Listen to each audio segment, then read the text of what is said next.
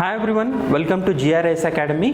This is Ankit Reddy, Geography faculty. So as you know, we are giving demo classes for Ncert Foundation course for upcoming 2024 UPSC prelims. Okay, as part of that, I'm dealing with one of the important topic in geography, where this is the area where you find repeated questions from this area, that is rotation and revolution of the earth. Okay, so please clearly listen to the class, and at the end of the session we'll solve the previous year questions from this area. Okay, right. So rotation and revolution of the earth has two motions, right? So earth moves on the movement of the earth on its own axis. The movement of the earth on its own axis is called rotation, and the movement of the earth around the sun, the movement of the earth around the sun is called revolution.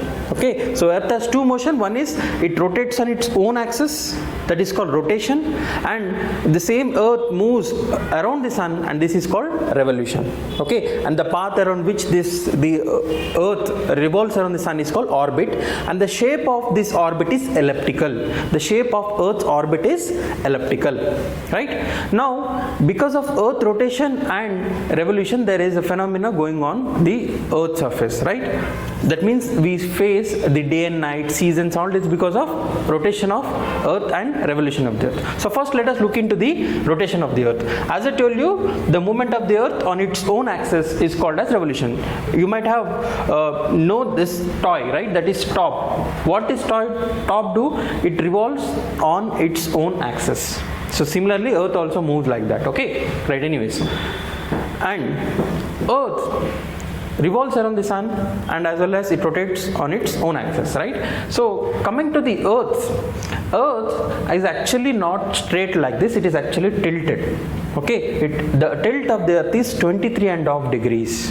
The earth does not revolve like this or rotate like this, it is slightly tilted. How much it is tilted? What is the angle? It is 23.5. 23.5 degrees the inclination of the earth axis, or we can say that the tilt of the earth. Okay, and it is common with the other planets. The Mars is also equivalent to the earth's tilt. Okay, anyways, so earth axis is inclined around 23.5 degrees angle. Okay, right. So because of the rotation of the earth, what you have is day and night, right? So what we experience because of the rotation of the earth is day and night, right? So one side the earth will be facing the day, and the other side it will be facing the night time, right? Like this, if you can see, since earth rotates, so only one side you can see the sun, so the side facing the sun will experience the day, the opposite side will be dark, that is night, and the line which separates day and night is called circle of illumination.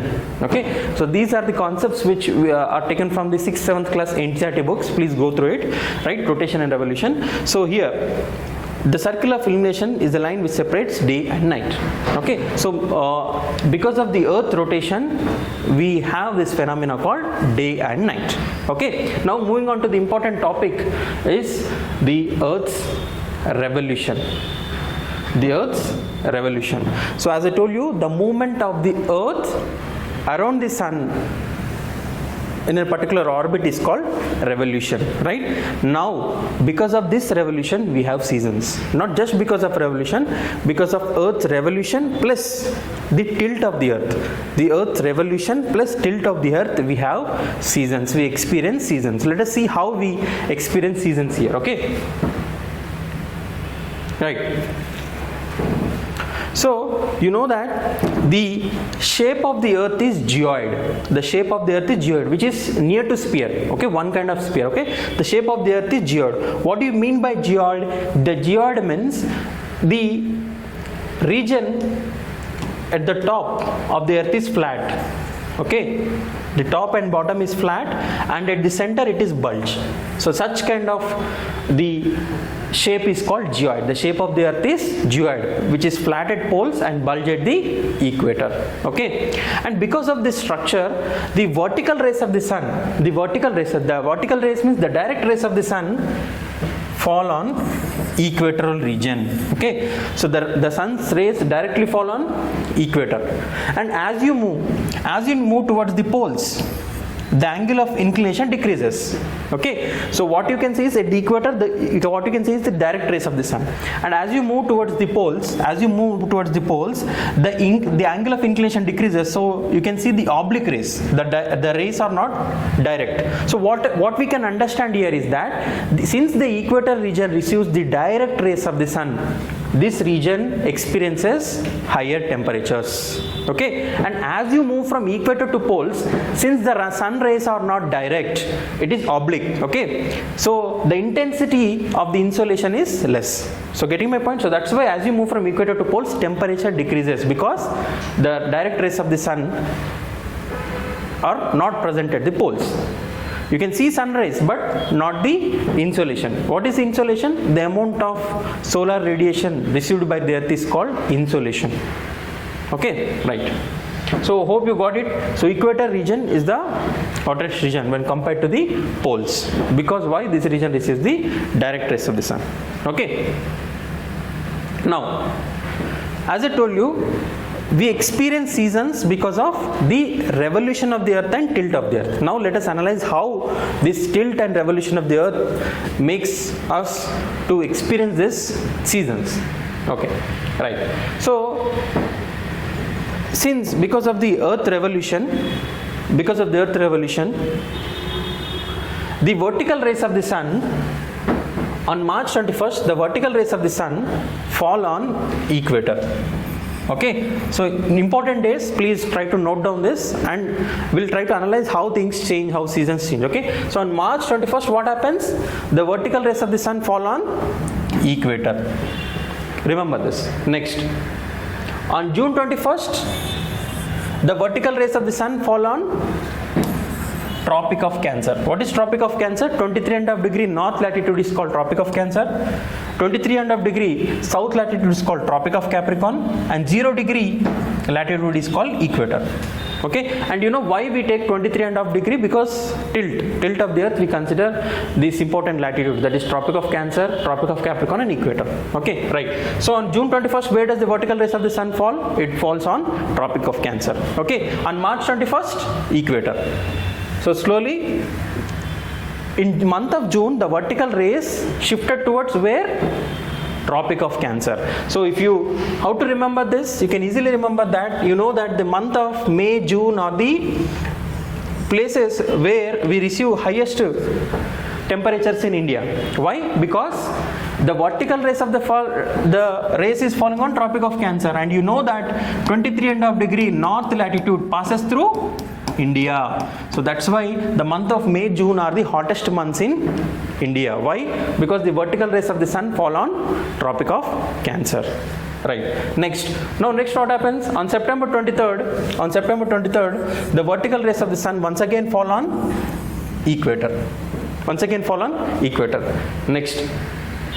Then December 23rd. The vertical rays of the sun fall on Tropic of Capricorn. So if you can observe this or analyze the thing, so that is the reason why we experience winter in the month of December. Why? The vertical rays of our sun are falling far away from us, not the Tropic of Cancer, not the equator, down south in Tropic of Capricorn. So that's why we experience winter in the month of December. Okay, getting my point? So what happens on March 21st? The vertical rays of the sun fall on equator. June 21st, the vertical rays of the sun fall on Tropic of Cancer. So this is a month. Can I call it as in Northern Hemisphere? Since the vertical rays fall on Tropic of Cancer, can I say that Northern Hemisphere experience summer? So that's why June 21st is called summer solstice. Why June 21st? Because on this day the vertical rays of the sun fall on Tropic of Cancer. So that's why it is called summer solstice. Okay, right. Next. Now on December 23rd, where is the vertical rays of the sun is falling on? Tropic of Capricorn. And what about the temperatures in the Northern Hemisphere? They will be low. So that's why the Northern Hemisphere will be experiencing winter. So can I say that December 23rd can be called as winter solstice? Yes or no? Okay, so here we can call it as winter solstice considering northern hemisphere. And in southern hemisphere, whatever the season that is there in northern hemisphere, the reversal season will be there in the southern hemisphere. We'll come to it later. So I hope you understand, right? On June 21st, the vertical rays of the sun fall on Tropic of Cancer. On December 21st or 22nd, it falls on Tropic of Capricorn. On March 21st and September 23rd, the vertical rays of the sun fall on equator. Okay, so that's the thing. Now let us understand how the day length change. Okay, now let us understand why March 21st is called as spring equinox. See, you know summer, most common seasons, then you know winter. Yes or no? So the brief period that is after summer, before winter is called as autumn. Okay, the brief period after winter, before summer is called spring season. Okay, so when spring comes after winter, before summer. When autumn comes after summer, before winter. So when is our summer solstice? June 21st. Winter solstice December 22nd or 21st. Okay, 22nd. Now between June and December, or so in which months we experience spring? It is March. So that's why it is called spring equinox. March 21st is called spring equinox because the vertical rays of the sun is falling on equator. And what is the season? Spring. So that's why March 21st is called spring equinox. Similarly, after June, before December, what is the important date we have? That is September 23rd. And now it is called, that's why September 23rd is called autumn equinox. The vertical rays of the sun fall on equator twice. March 21st, it is called spring equinox, and once again it falls on September 23rd, and that now it is called as autumn equinox. Getting my point? Okay, so March 21st is called spring equinox because the vertical rays of the sun fall on equator, and which season it is? Spring. So that's why it's called spring equinox. Then June 21st, the vertical rays of the sun fall on Tropic of Cancer, so that is called summer solstice. Then September 23rd, the vertical rays of the sun fall on equator, and this time which season it is? Autumn, so it is called autumn equinox. Then December 23rd, winter solstice. Why? Because the vertical rays of the sun on Tropic of Capricorn, which is far away from northern hemisphere. So that's why this region will be comparatively cool, so we call it as December, winter. Understood? Now with change in, see, we experience day and night because of the rotation of the earth, right? But here length of the day changes because of earth revolution. How we can say that? See, we experience day and night because of earth rotation, but can you experience that in winters days are short, nights are long. In summers days are long, nights are short. Now can you imagine the length, the change in the length of the day and night is because of change in seasons. And why there is change in seasons? What is the reason for change in seasons? Yeah, revolution of the earth and tilt of the earth. Now we'll practically try to understand using diagrams. Okay, right. So as I told you, what is the tilt of the earth? Is the earth is like this? Is it straight? No, it is tilted. How much it is tilted? 23.5. Okay, right. So this is how earth looks, right? Now slowly let us understand. On March 21st, what happens? The vertical rays of the sun fall on equator. Now why this vertical rays is shifting? Once again because of earth's revolution and tilt. The vertical rays of the sun is shifting because earth is revolving and it is slightly tilted, right? On March 21st, what happens? The vertical rays of the sun fall on Tropic of Cancer. Okay, and you know, as you move from equator to poles, the angle of inclination decreases, right? So where is the vertical rays falling on March 21st? Equator. It is called spring equinox. So since the vertical rays of the sun is falling on equator, throughout the world, day and night will be equal. 12 hours day, 12 hours night. Okay, so that's why March 21st is called spring equinox. Got my point? Next, what happens on June 21st? The vertical rays of the sun fall on Tropic of Cancer. Tropic of Cancer. So what happens on this day? Which season will be experiencing Northern Hemisphere people? June. What month it is? Summer. That's why we call it as summer solstice. Now let us see what happens now. So where the vertical rays is falling now, right now? On equator, Tropic of Capricorn or Cancer? Tropic of Cancer. So the direct rays are falling on Tropic of Cancer. So slow, what happens here? What you can see is the regions above the Tropic of Cancer, you can see that the daytime is increasing. Can you see? Here it is 12 hours, 13 hours, 18 hours, 24 hours. And if you are seeing the regions which are below the Tropic of Cancer, the length of the day is decreasing, 10, 5, 0. Can you see? Yes or no? So on March 21st and September 23rd, day and night will be equal, 12-12. So that's why we call it as equinox. But what happens on June 21st? The June 21st, the vertical rays of the sun fall on Tropic of Cancer. So that's why, and you know that the earth is flat at poles. Flat at poles. So even after the earth rotation, since the earth is tilted toward the sun during this period, even after the rotation, the north pole remains in the light for 24 hours. Okay, even after the earth rotation, since the earth is flat at the poles, the north pole remains the sunlight, and so that means sun will not set below the horizon. Sun will not set below the horizon. You can see 24 hours of light in Arctic region, Norway, Sweden. So Norway is called land of midnight sun. Norway is called land of midnight sun. Why it is called land of midnight sun? Because especially during the summer solstice, sun will never set. Even in the midnight you can see sun. Where? In Norway, Sweden. So that's why they are called as, the Norway is called land of midnight sun. Even in midnight you can see the sun. Sun will not set below the horizon. On which day? June 21st. June 21st. Okay.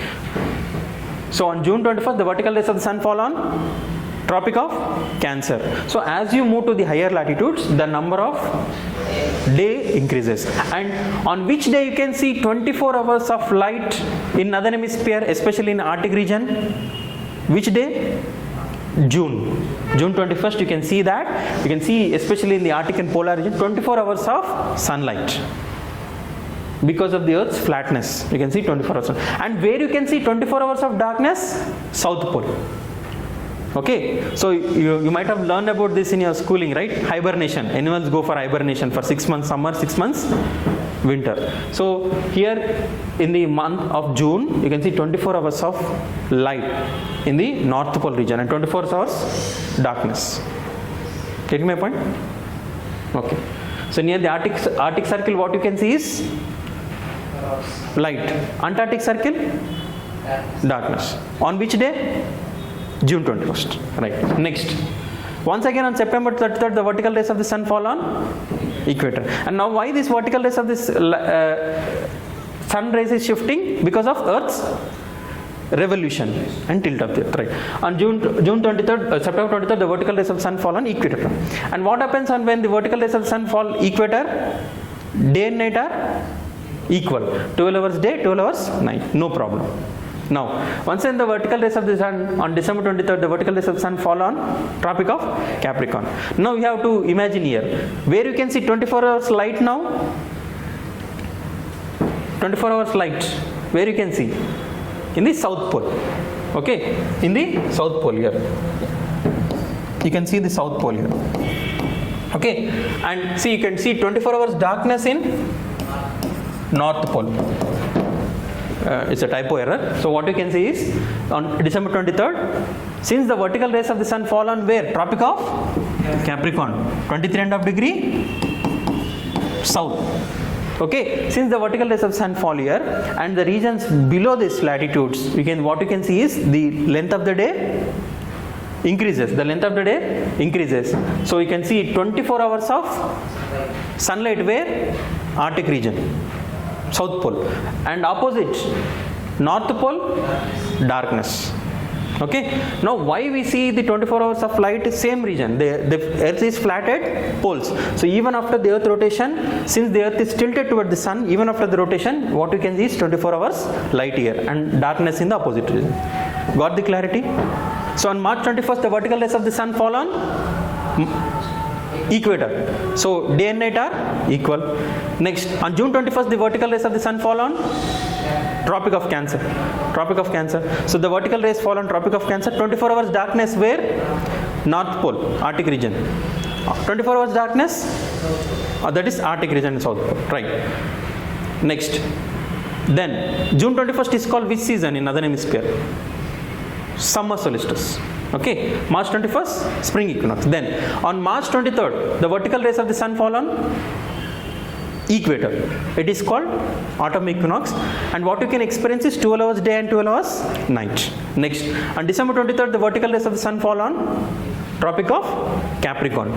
Okay, so what you can see is 24 hours light in South Pole and darkness in North Pole.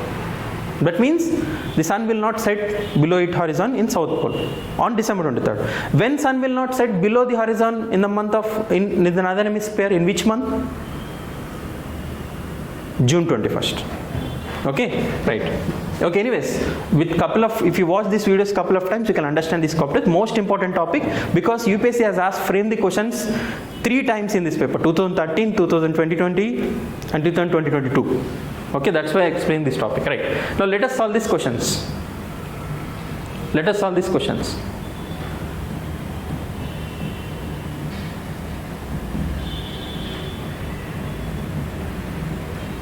Right. Previous year question. So on June 21st, so look at the question, pause the video and try to solve this question. Okay. Anyhow, I'm going to explain the answer. So try to answer.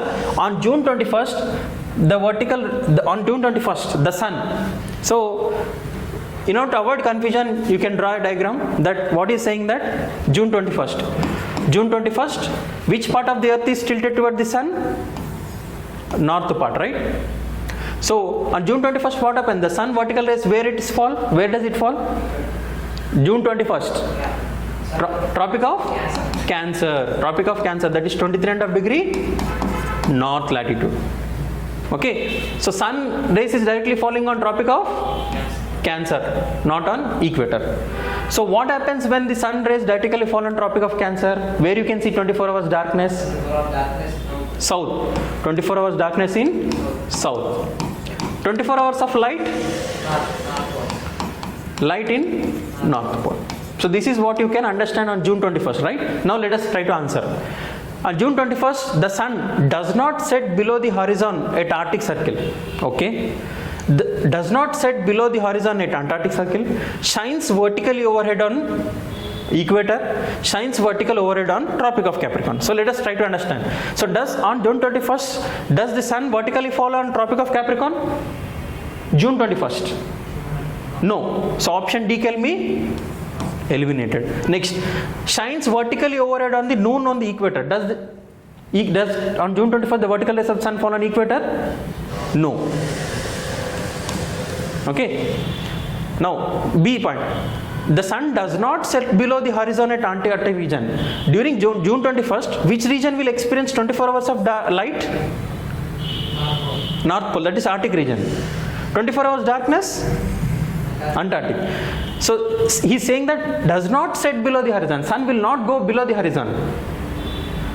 In which region you can see the sun? 24 hours of sun above the horizon.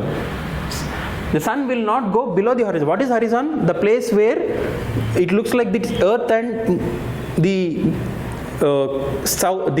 what do you call, clouds and all these things are meeting. Okay. So on June 21st, what happens?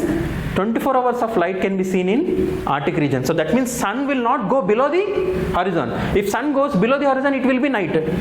So where you can see 24 hours light, that is Arctic region. So sun does not set below the horizon at Arctic Circle. Understood? This is how you need to answer the question. So if you don't, if you have some kind of doubts, once again watch this video, you'll get the clarity. Okay. Next question. So that was 2019 UPSC prelims question. Then once again 2022 prelims question on the same topic. In the northern hemisphere, the longest day of the year normally occurs in. So in northern hemisphere, that means the longest day can send wherever there is direct rays. So when, in which month the direct rays of the sun fall in northern hemisphere? In which month? June, right? So it is June. So now try to understand the options.